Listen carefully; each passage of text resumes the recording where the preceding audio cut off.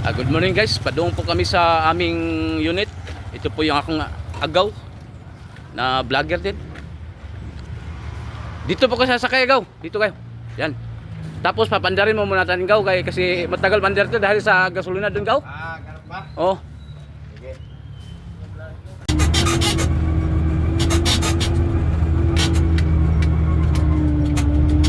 Hello guys, good morning guys.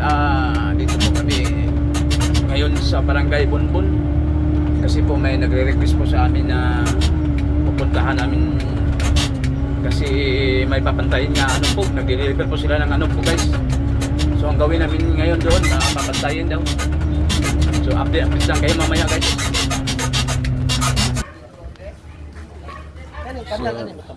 Gaw, anong masasabi mo dito? Anong gagawin dito gaw? In behalf to Mayor Eugene Ibarra, kasi ang agaw natin dito sa utos na rin ni Mayor, papapatag natin yan. Tapos anuhin natin na pison para ma-flat yung daan. Okay. Para mag-high tide to gaw is mataas na tubig dito. Mataas na abot na tubig dagat dito hanggang dito sa taas.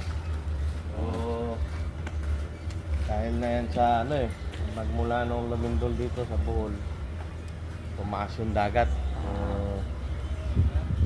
Naapektuhan yung mga naninirahan dito.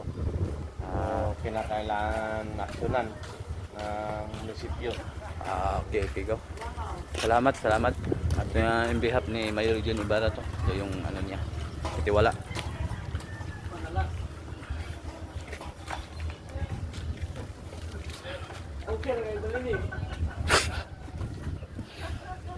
So yun guys, ito ang ating papantayan ngayon.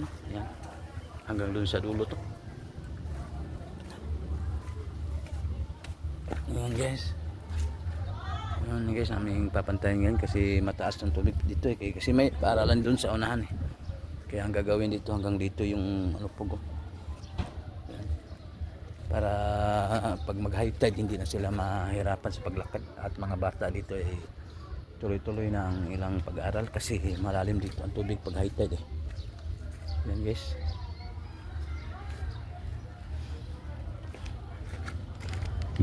So yan guys, ito pong update natin sa umaga. Ito ang gagawin natin ngayon. Update ko lang kayo mamaya pag matapos na ang ating trabaho.